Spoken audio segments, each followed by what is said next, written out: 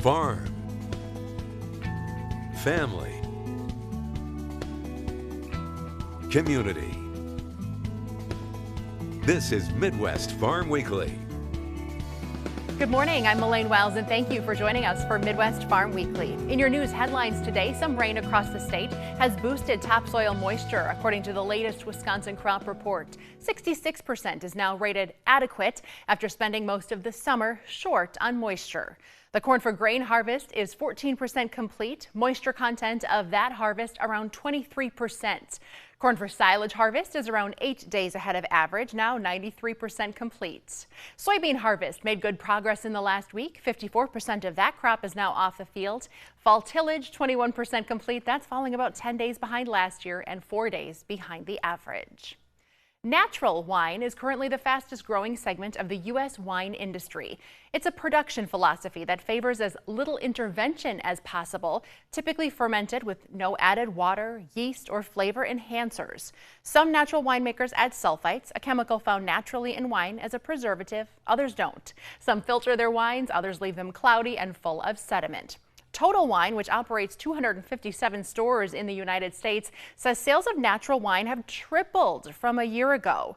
This comes as overall consumption of wine is down 15% in the U.S. since 2017.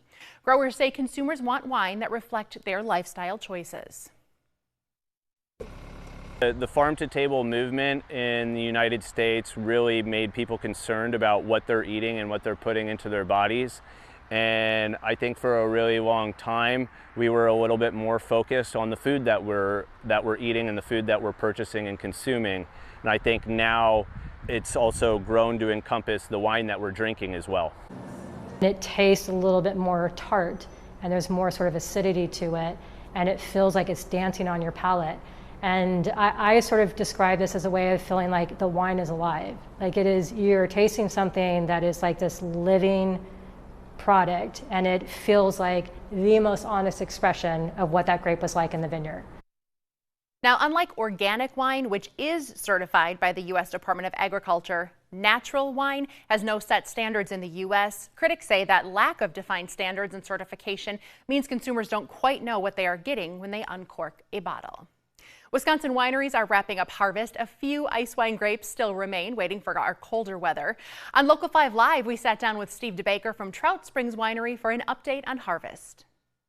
What kind of update do you have for us? Where are we at right now? Yeah, so most of the wineries have now harvested their crop this year. We had a lot of heat units, so it was a very good year for a lot of people, especially right here on the Wisconsin Ledge.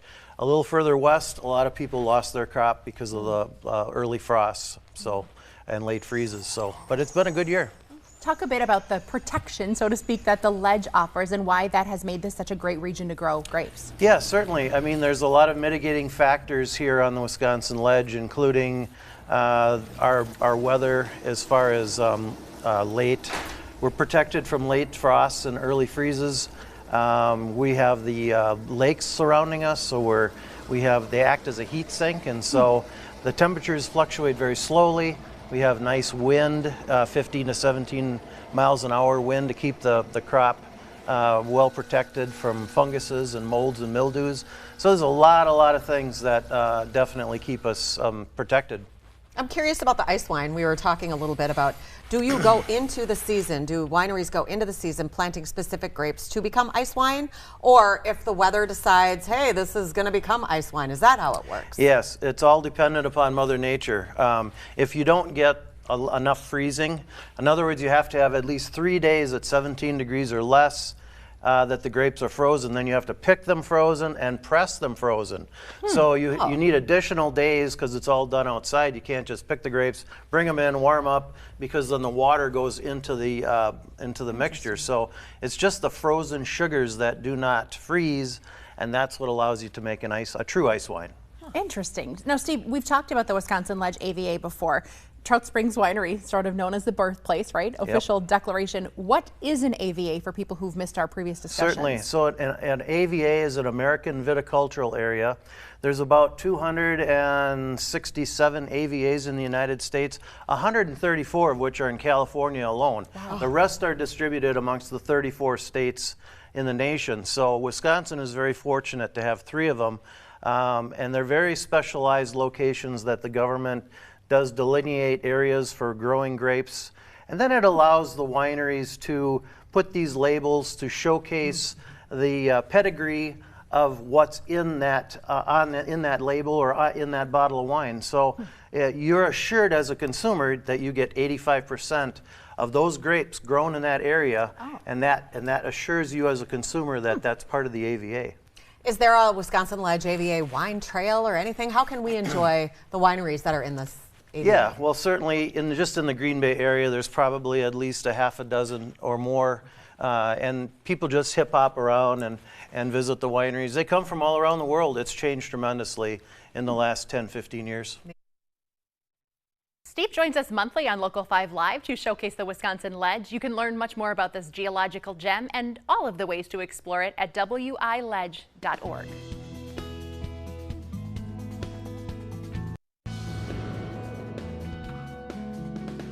Well, Jeremy Hansen here from Fox Valley Technical College for Life on the Farm. And joining me today is Jamie Motter. Jamie, thanks so much for letting me interrupt you for a little bit today. You've been on Life on the Farm before, haven't you? I have been. Yeah, so welcome back. So what are we doing out here today? Today I am chopping marsh grass. Right, and what is marsh grass? Marsh grass is well, it used to be canary grass, or it's a low quality forage that we use for animals in bedding or feed.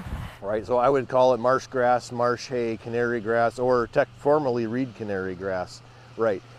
So tell me a little bit, on timing here. We have soybeans that are combined and corn's not combined yet. So this is an opportunistic time. How many times have you cut these fields this year? Well, by being marsh grass, it is generally in low areas of the farms, and we always aim to get one good crop off. This year we're at the dry. We are fortunate to get 2 crops off. Right. And it should be a good quality yet, and that's what I'm hoping for. Right. In other years, you haven't harvested this at all. This is underwater. Usually get 1 crop off, and it depends on how the weather permits. If them June rains and it's dry August, and it's when I get out here to get my first crop of marsh, and then there's nothing left here to harvest. This year it was dry early. We were out here, I think it was the middle of June, got the first crop off, and there wasn't much rain, but yet it grew, and there's still something here to go after. Right. So Jamie, what's been keeping you busy this fall so far? I run a custom harvesting with a chopper, and I've been up until yesterday, we were still custom harvesting for other individuals. Right. So this is fitting in pretty well. You do a lot of chopping, custom chopping for some of these cover crops, correct? Yes. Yesterday was one of them also. We were finishing up some oats that was planted after winter wheat. Usually in spring we go after some winter rye that have been planted. They're cover crops, but we get to a certain point, you cut it off and take it for animal feed, and it's a perfect filler. Right. So with the cover crops and the popularity of cover crops, do you think marsh hay or reed canary grass is as popular as it once has been? It's not as popular as it once was. It wasn't as available always either, because you never could guarantee on it. The cover crops have more certainty on the acres that are planted and what can be harvested. In the cover crops, they can watch like in corns and alfalfas, they can also watch their quality of what varieties they're planting for the quality that they're looking for in their filler feeds. Right. So last question, Jamie, what are you doing with this feed? I do feed it to, I have some beef animals, and I feed it to them. It's a perfect filler at a low cost that keeps them looking nice, and it keeps the checkbook in check. It keeps their bellies full, yes. So Jamie, thank you for letting me interrupt you today. I know you know, weather's uncertain this time of year. So it looks like we could get some rain yet today, so Yes, I'm hoping to have her done before that. right. So good luck to you. All right. Thank you so much. All right. Have a good day. So for Life on the Farm, I'm Jeremy Henson. All right, weather time, and let's get a check of where we're at in October so far. Here in Green Bay in the Valley, coming in just at about 89 hundredths of an inch of precipitation. We're actually down as of late. Hard to believe with how often it seems like we've been getting rain. It just hasn't been tallying up a huge amount, especially if you go back into early September. But for the month so far, we're down about 3/4 of an inch. You go back to September 1st, 1.4 inches of precipitation total. That puts our deficit at 3.43 inches since actually September 1st, and that means the lion's share of our departure since the beginning part of the year is actually accumulated over the last number of weeks. So we were doing better, but now as of late it seems like we're drying out, and hopefully that helps out with that fall harvest. Now the rest of October we go from a 58-degree average high down to 51. We go from an average low of 39 to 35, and we typically add another 95 hundredths of an inch of precipitation. But you can see the drought monitor that came out just as of Thursday showing portions at least of Green Bay, the Valley, up and through the Door Peninsula now into severe drought conditions, and it gets even worse up near Rhinelander.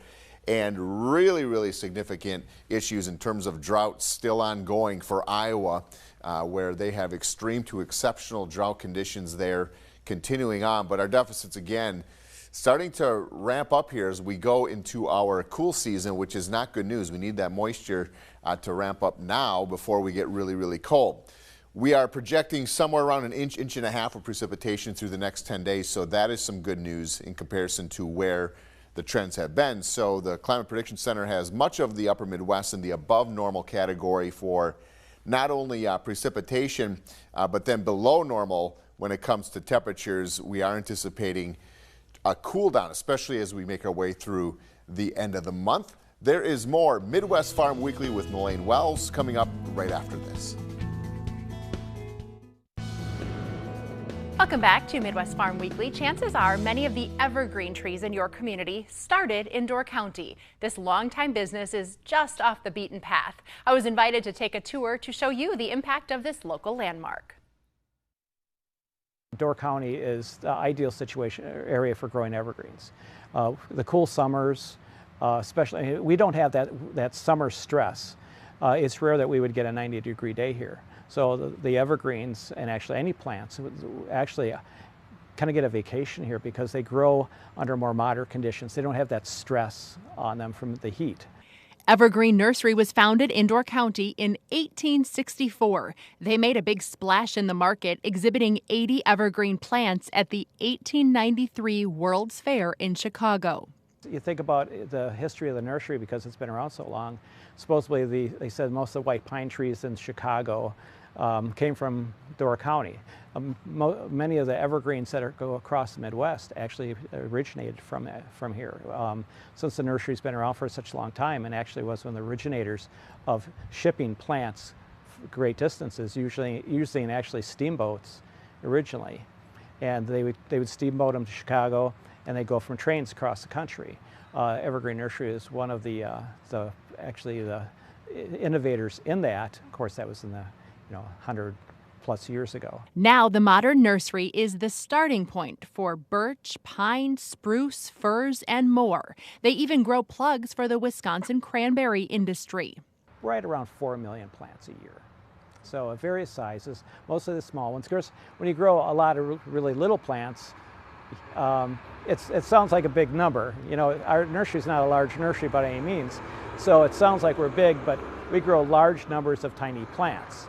So it just sounds like a big number. They don't sell to the public. From Door County, the plants are shipped to customers, from mom and pop garden shops to some of the biggest names in the home and garden industry. We ship to about 27 different states. Although East Coast is very big for us, Midwest is very big, a little bit to the West Coast. So it's the upper tier of states that are northern hardy states, because we grow plants that are very northern hardy. We don't grow anything that's not hardy in our area. The facility covers 310 acres with more than 150 greenhouses. We're actually a propagation nursery. We grow plants from seeds, from cuttings, whatever methods necessary to get that plant to grow. So we're a specialist. Propagation is a specialized part of growing plants, and we have people that are specialized in that, specially trained in that. We used to hire high school kids. In the summertime, I would have a whole crew of high school kids, and they were just so much fun to work with. I mean, high school kids are just great. And then over time, that changed because high school kids were no longer available, and rules and regulations, things like that, mechanization, you can't have them around different equipment. Labor has been a huge problem. If it wasn't for the H-2A program, and the H-2A program is a guest worker program, where we get workers, we get them from Mexico, it can be from different places, and we house them. It's great because we need that labor to do what we do. Even though we try to be very mechanized, we still need a certain amount of labor. And the labor does not exist in our part of the state. Though Ron is quick to point out they have a dedicated team running Wisconsin's largest wholesale nursery. And the people that work here stay here forever. I mean, I started here 40 years ago, and some of the workers that are still here, and basically people have retired from here, you know. So we have very, very good longevity, and we enjoy what we do. This tour was part of Allison Dairyland's exploration of Door County. It's all leading up to them hosting the selection of a new Alice next May.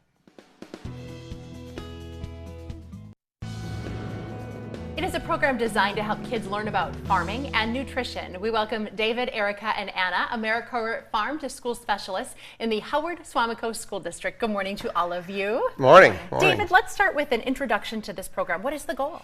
Sure. So AmeriCorps is a farm to school program for the state of Wisconsin. And the idea is, like the wording say, we just bring the farm to the school. So we do that in a variety of ways. We write school educational papers and documents.